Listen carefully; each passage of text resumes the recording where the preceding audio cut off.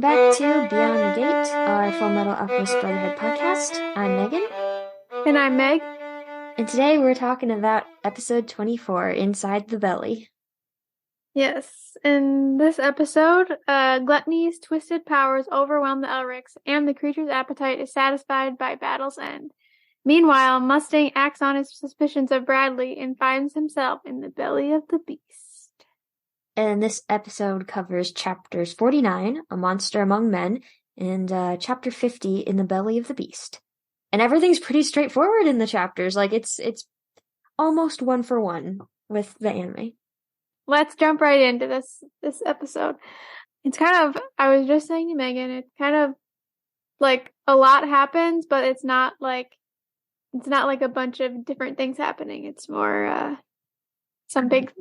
few big things. So the episode opens with Envy. He is bringing food to a prisoner, and we see that it's Dr. Marco. He has been captured. And from, I don't know, like episode 20, maybe, we saw his office had been trashed or whatever. Or maybe it's 21. I don't remember which episode. And Envy mentions that he will also be a sacrifice. And Dr. Marco is like trying to figure out what that means. And he thinks that the homunculi are trying to form a giant transmutation circle, like in a mistress, and make a philosopher's stone. And Envy says he is close, but he's wrong. Yes, but actually no. Yeah. We'll find out more later about that. I can't really say anything. No, I'm holding it in. Yeah. And how they are keeping Dr. Marco captive and kind of doing what they want him to do is because they are threatening to kill his entire village if he doesn't cooperate. And of course, Dr. Marco is cooperating, and Envy's like, humans are so stupid and weak. You know, he wants to save his whole village instead of the entire country. I'm kind of with Dr. Marco because, you know, you don't know that their plan will work, where you do know that if he doesn't cooperate, his whole village will be killed. So, but at the same time, at the same time, he has no idea if they would just kill the village anyway. I mean, but like, okay, so I'm assuming, I know the village is in a mistress, so like, it would be in the transmutation circle. Yeah, it would be anyway, but like, he doesn't know that their plan will work and the whole country will be destroyed, where like, if he doesn't cooperate, he does know that his whole village will get for sure. Yeah. For them. I don't know. Well, what I'm saying is, this is kind of dark, but if he wanted to, let's say, off himself so that the homunculi couldn't use him for their horrible scheme, they would kill the village, but also, if he cooperated with them, they'd probably just be like, oh yeah, we're gonna kill the village anyway. You know, like that scene in Star Wars with the Death Star. Would. Right. But also I think knowing like what their plans are and stuff, like that'd just be too much work for them, like just to do it out of spite. You know, like they are a group that doesn't just do stuff randomly, I guess. Okay, yeah, that's another fair point. I don't know. But anyway. Yeah. So, as Envy is talking to Marco and he makes that whole rude comment about humans being weak, he also says that he met a man like Marco once. He's speaking about Hughes, and he says all I had to do was disguise myself as his wife, and he couldn't do anything. Oh, yeah. Yeah. Also, just one itty-bitty difference between the manga and the anime. At the end of Envy's little talk there with Marco, Bradley comes down and sends Envy to go fetch Gluttony. Okay. Yeah, so yeah, we missed that. They don't go into that in the anime. Mm. He just shows up later on. Yeah. And then we see the Fuhrer. He's at his house walking, and then we hear like this disembodied voice that he's talking to. And they're just, I don't know. It's clear that this disembodied voice is working with the Fuhrer, and I think it's kind of you can assume working with the homunculi as well. And he's, I don't know, it's kind of a creepy voice, but he's like, the humans are giving you trouble. And, Yeah. And it's just the voice. But in the manga, there's like this shadowy figure that represents who Pride is. I yeah, we mean, don't know that it's no, Pride. the fear says it's Pride. I do not remember him saying that. He said, he he? said Pride. Sure. I'm sure. I'm not so sure. He said Pride. And, in the manga, it's like this figure bathed in shadow, so you can't tell if it's male or female or young or old or whatever. I just think it's interesting that it was actually given a body in the manga. Yeah. I think it's more creepy in the anime where it's just this It is. voice. Yeah, I like it better. Okay, not to argue with you, but You gonna go back and check? I would go back and check because like while we were watching that, I was like specifically listening for him to say his name, and maybe I like totally missed it. But All right, I don't want to give that away. You totally could be right, but I just don't. I totally am. I'm 10 billion% right. Okay.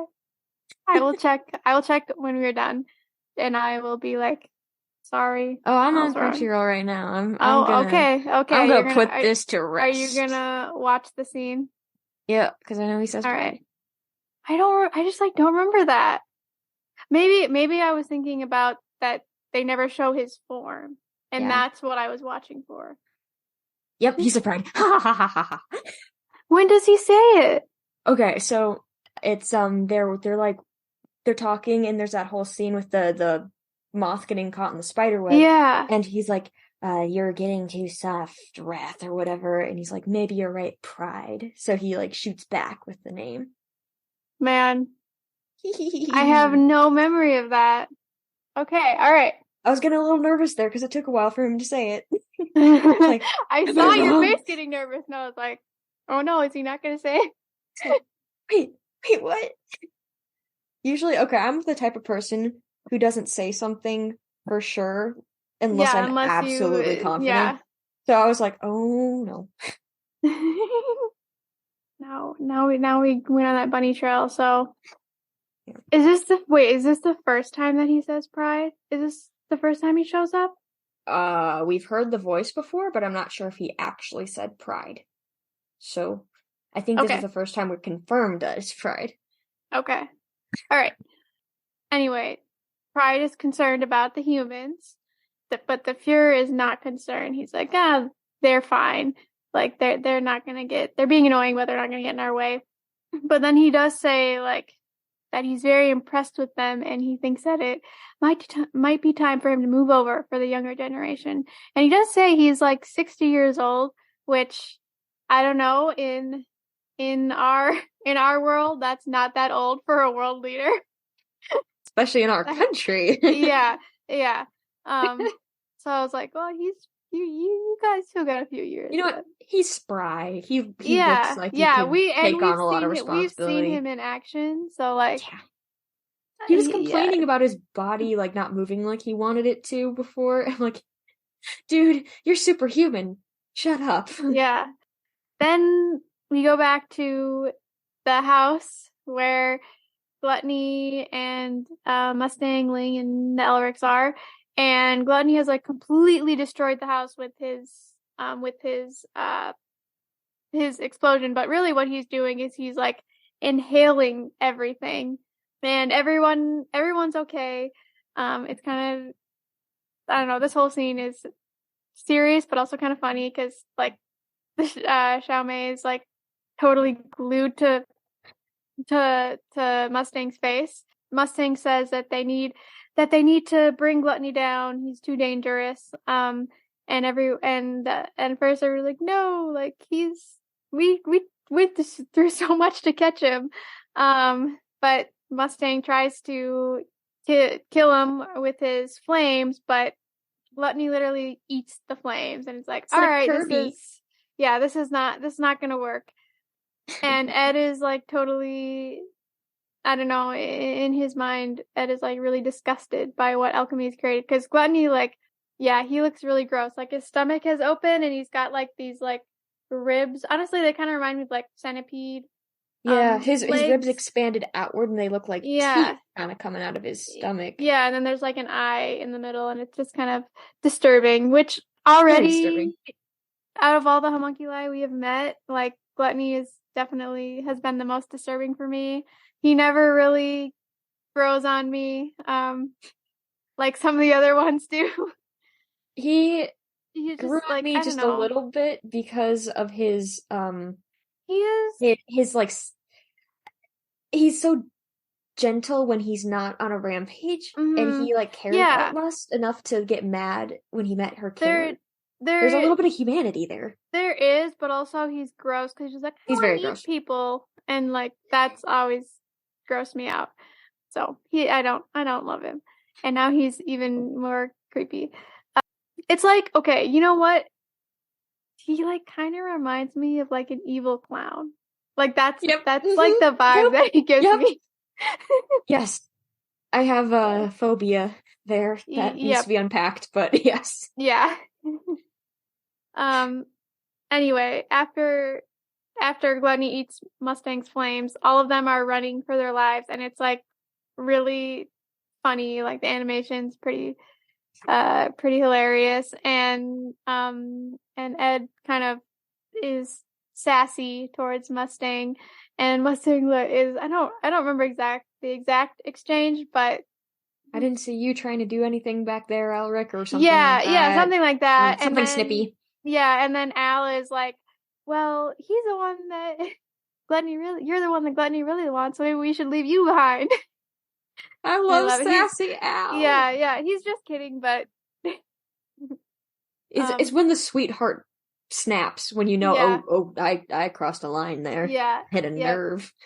And then we also see Xiao Mei's like hanging onto Al's hair as they're running. It's so cute. Yeah. And then they split up in the woods and Hawkeye is like shooting at Gluttony and of course it's like doing nothing.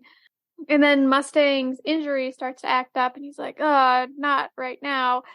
And while they're hiding in the woods, Lanfan and Ling are gonna leave with Dr. Knox and it's kind of decided, you know, Mustang needs to leave too, so they make like a fake he makes like a fake Mustang, or I see you put a note that, or did Ed make it? Because that's kind of Ed's signature move, is It making the little is, it dummies. is. Gluttony tries to eat it and he gets very angry when he finds out that it's not Mustang. And Lanpon and Mustang and Hawkeye are gonna leave with Dr. Knox because, you know, they're too injured to fight. And it's Ed and Al and then Ling are gonna stay behind and Hawkeye is not happy about it because they're literally leaving children to fight their battle. And so she gives Ed her gun to protect them. And he is very hesitant to take it. Yeah. So something interesting about this, they always focus on the gun as soon as Ed gets it. Like when he runs away, you can see the pistol in his belt. Like he's like, but like he hooked the pistol in like his belt on his back, and the camera definitely focuses on it when he's running away. But when he receives the gun from Hawkeye, we see two flashbacks, both with Winry. The first flashback is when Ed takes the gun away from Winry when she was confronting Scar, and he says, "Your hands weren't meant to kill people."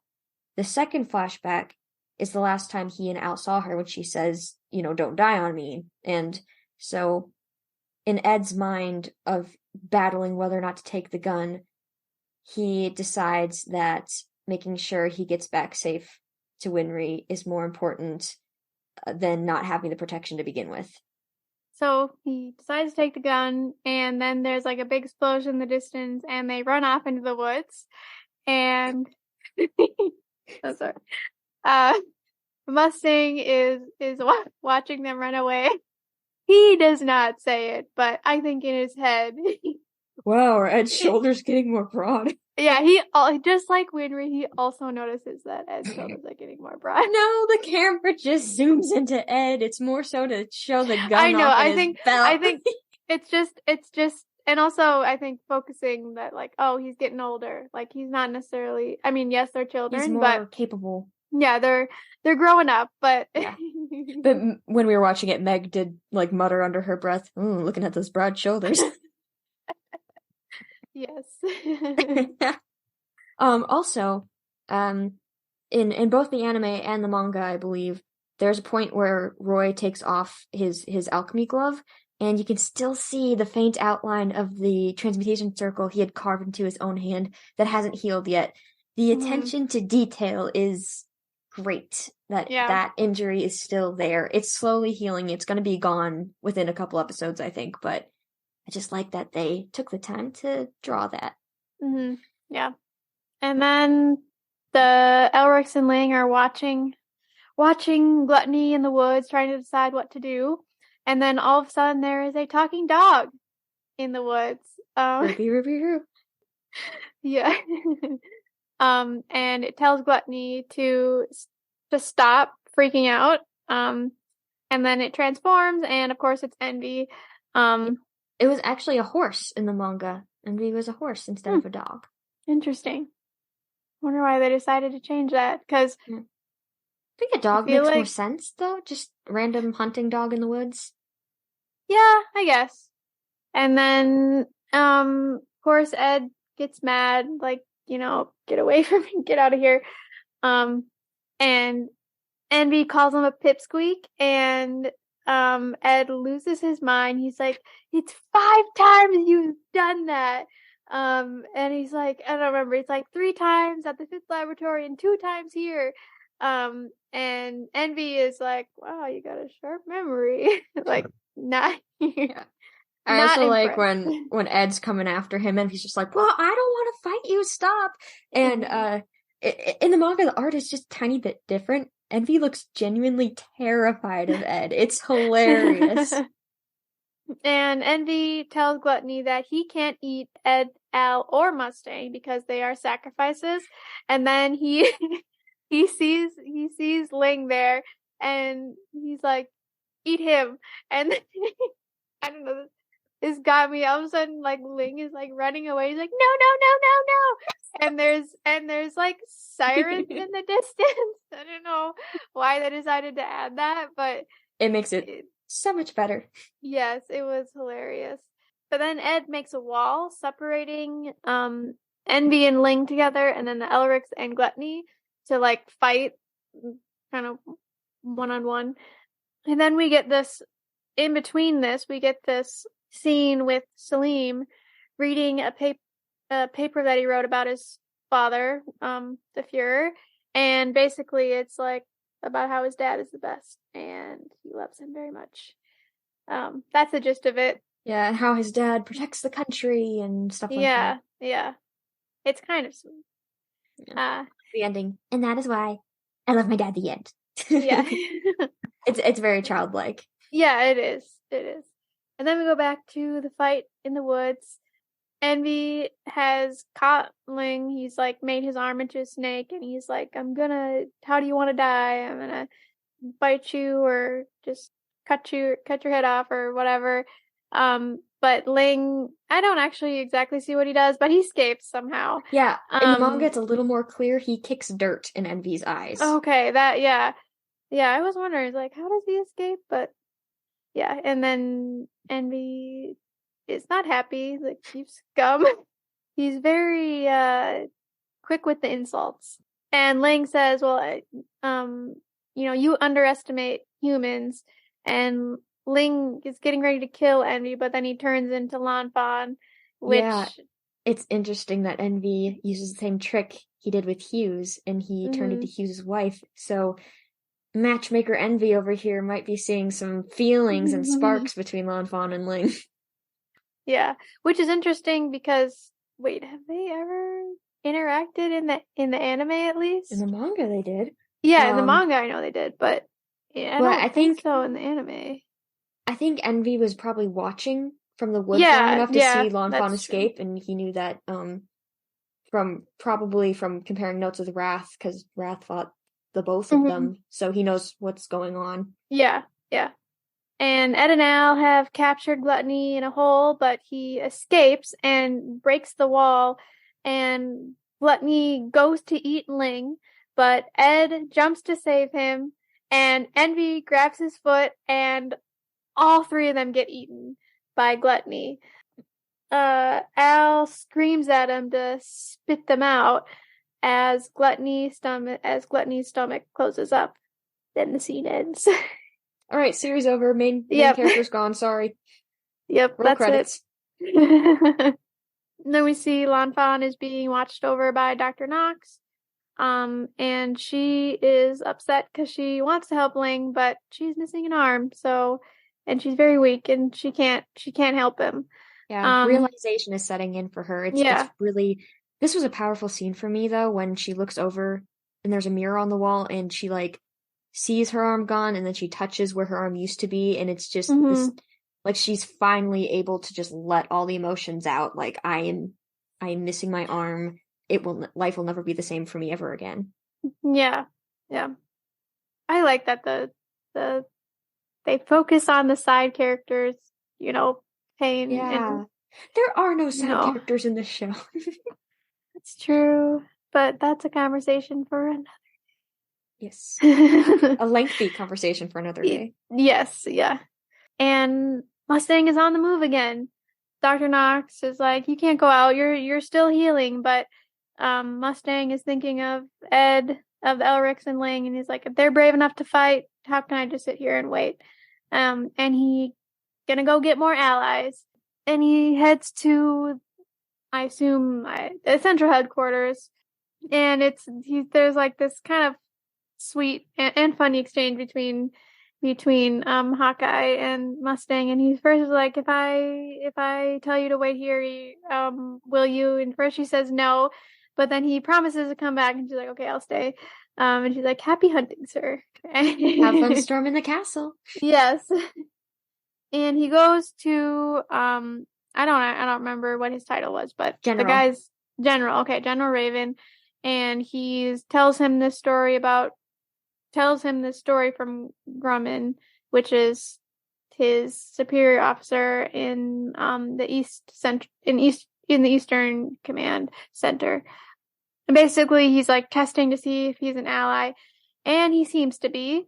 And so the general just agrees to take him to a meeting to kind of get to know the other heads of the military.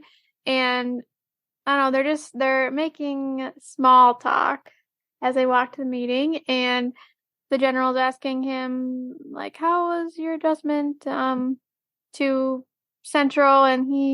And Mustang's like, well, I'm having a hard time conversing with the civilians, which is basically an opening because he starts like listing, like, I hear all these rumors and I'm not sure like what's true and what's not.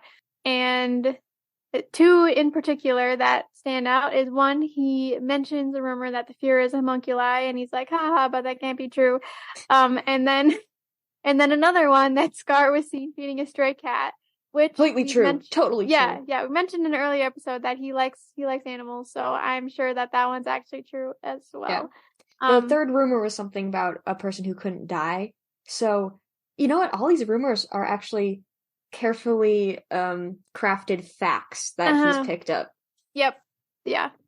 Then they go into the meeting, and it's with a bunch of leaders of the military, plus the Fuhrer, and the General Raven repeats Mustang's joke about the Fuhrer being homunculi. And then, like, that's when we see the Fuhrer, like, appear from the darkness, and he's like, would it be such a bad thing if I was a homunculi? And this is when... and that's when Mustang realized he had messed up. Yep, he realizes that everyone, or at the head of the military, are all in on it, and that's what Hughes had figured out. So he is sweating bullets. But we're gonna leave him there, and... we see Ed. He wakes up and he's alive, but he is in Gluttony's stomach. And that is the end of the episode. This was about the point where I was like pounding the button to click for like the next episode, and Yep. Was this one of the nights where we were like, we can't watch another one, we have to wait till tomorrow? Because I remember some of those nights being like, I literally cannot wait. You're telling me I have to wait. I don't remember if that was. I wouldn't be surprised. I feel like we always ended on like a. Well, actually, wait, is this an even numbered episode? Yeah, it was. Yeah. I bet it was. Most likely. Well, anyway, so we had some voice actor notes. First one is Gluttony because he had his time to shine in this episode. He's played by Chris Kaysen, who is Mishima from Chainsaw Man, Forsyth from Fire Emblem Echoes, and Shu from Dragon Ball. And then we also failed to mention Xiao Mei's voice actress, because I guess both of us just assumed that Monica Rial did her voice too. But they actually got somebody separate to do the voice of Xiao Mei, and it was Tia Ballard, who is Kagura Soma from Fruits Basket, Happy from Fairy Tail, and Kokomi Teruhashi from Saiki K. And something super cute about Xiao Mei is that Xiao in Chinese means little, so her name is literally Little Mei. Mei named her panda after herself. Yeah, it's so cute. Adorable. But yeah, so, we did have a theory for this episode, something that's never explained in the show, but when Ed wakes up in Gluttony's stomach, there's a skeleton by him that still has clothes on, and the clothes look like one of the brothers from the Lido Church, like those black outfits they had on. And, obviously Gluttony picked the bones clean first, and ate their flesh, but he might have used his special ability to just, like, inhale the rest of it. Yeah. Yeah. So, gross. Ew. Alright, Ed Short Rants. He had a pretty good one against Envy, complete with flying kicks and punches. Yep. Homunculi deaths. There's at least one death for Envy. It's kind of hard to tell, like, regenerative process versus, him actually having a fatal wound and healing from that, but he was definitely hit in the vitals at least once, so we're gonna just say one death, just put it all together. And, all the notes I have for animation is just very nice smear technique used, especially with the scene of Al, Ed, and Mustang running away and their arms are just, like, blurred. That's what smearing is in animation. Instead of animating the arm each time going back and forth while they run, they just draw, like, this line smearing up and down. Nice. Good comedic effect. Yeah, that was probably one of my favorite parts of the episode. My favorite was Ling going, and running away. Yeah, okay, actually that one might have been my favorite. Favorite funny part anyway. Yeah, I think the thing that got me with Ling is like the sirens going off. Like it was just like kind of unexpected. Wait, why? Yeah. And then I guess philosophical / scientific analysis that I just wanted to mention was like Ed's little comment that it's like when he was like, oh, alchemy created that, like that's disgusting. It's interesting that he noticed that, because he is I would say for the most part, like he has said, like, alchemy is amazing, like look at the things that it can do, but then at the same time he has seen the terrible side of it with Nina, and then this, and then human transmutation, and it's kind of, I don't know, it's kind of similar to science in some ways, that it's like it can be beautiful and do awesome things, but then it also can create terrible things like the atomic bomb. Yeah. And like, weapons of mass destruction, things that shouldn't be created with science. Like it's always like pretty common, like just because we can doesn't mean we should. So it's just interesting that he noticed that, or like not necessarily noticed that, but he is acknowledging it more and more, that alchemy is not an all powerful art. Yes. Like I don't know, like when he was a little kid, he was like, yeah, we can bring her mom back with human transmutation. And then This alchemy could do anything. Yeah. Yeah. And now as he learns more and more, he's starting to realize like it's not all it's cut out to be. Honestly, Anyway. I feel like if you trust in any one thing in this world, that's the important part, of Mm-hmm. this world too much, you will be disappointed. You can't just have one physical thing to Mm-hmm. depend on because things on Earth are temporary. Yep. Yeah. Nothing in this world is perfect. There's flaws in everything.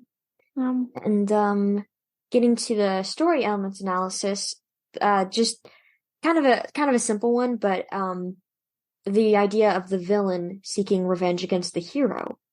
Because, normally it's the other way around, but it's kind of strange to see the villain taking the quote-unquote moral high ground, which honestly, it's not a moral high ground because No. Mustang did it out of self-defense and protecting his friends by killing Lust, but all the same, it is a big motivator for a villain to be mad at a hero for, like something like killing their friend. Yeah. Yeah. It doesn't happen that often where a villain is angry at a hero for something specific. Usually they are angry for some more broad reason, but some broad and maybe unspecified reason. Yeah. But yeah, that's about all we got for the analysis side of things. Yeah. So, what was your favorite line in the episode? Mine came from Ling when he said, "People have been trying to assassinate me since I was a kid. Under the circumstances, you can't blame a guy for learning how to fight dirty." Just like, yeah, that makes sense. Yeah. And that also reminds me of Ed because like he's no also such thing as dirty in a fight to the death. Yeah, yep. his line. Yeah. And then my favorite quote of the episode came from Envy. When he was talking to Dr. Marco and he's like, and when Marco wouldn't allow them to destroy his village or, is willing to let Mestris be destroyed but not his village. And Envy says, "Too bad you don't have the stomach to do the logical thing." Ouch. Yeah. And I honestly, I don't know, I think that's a very human thing too, though. You can only focus on the thing right in front of you, and all he's known for the past how many years is that village. So it makes sense that that's the thing he wants to defend. Yeah. Yeah. And also, I don't know, the logical thing doesn't always mean the right thing. Exactly. Yeah. So, since this episode was, I mean, it was serious, but it was so funny. But since it was so funny, we couldn't help but add a bonus section. We wanted to say what our favorite scream of the episode was. And mine was when Ling ran away from. I had Ling both times this episode, but when he was running away from Gluttony, going no. Because honestly, I would have had the same reaction. Me too. Gluttony is scary. And yes, and mine was when Al yelled in anguish after Ed was eaten, and he's like, "Spit him back out." That got my heart. I was like, that was bone chilling, dude. Yeah, it was. It was props to the voice actress. Yeah. I hate when characters lose someone important to them. I just free of spoilers, but I just watched an episode of Black Clover where a character saw something pretty awful happen to somebody he cared about, and it was the three people screamed at the same time, and all three of them made me shiver. Ooh, I love that though, and I'm always so impressed when it's, the voice actors the way that they perform makes you feel something. Like, yes, I love that. Yes. Yep. All so, right. What was our moral of the episode? Yeah, we actually had two. We had one for the quote unquote adults, and then one for the kids. What was the one for the adults? Well, what Roy and Riza and Nox learned, it's just sometimes it's a good thing to step out of the fight, because they didn't want to let the kids take over for them. They didn't want to have them in danger without the adults to help them, but under the circumstances, they had to leave. Yeah. And what did the kids learn? I feel so weird calling them kids, but it is true. They They're are like kids, yeah. 14, 15. It's okay to defend yourself. Yeah, the whole taking the gun conundrum, it's a hard one to just say one way or the other if it's right or not. Yeah. But Yeah. again, Ed decided to take it because Riza said it wasn't just a weapon for killing, it's also a weapon for protecting. Mm-hmm.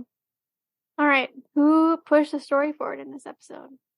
Well, Gluttony obviously did because he revealed his hidden power there, and that definitely pushed the story forward. But also Mustang at the very end for figuring out what Hughes was trying to warn them about, which Mm-hmm. happened way back in the beginning of the series. Yeah. And Hughes can is you, very smart. yeah, can you imagine 'Cause- if he had, not died and been around? Yeah. Yeah. All right. That was the end of this episode. Megan is very excited for the next episode. I am. It is the One of episode. it's one of her favorites. I also very much enjoy it. It is my favorite. Okay, yeah. Yeah, we will be back next week with another episode. Bye. Yep, see ya.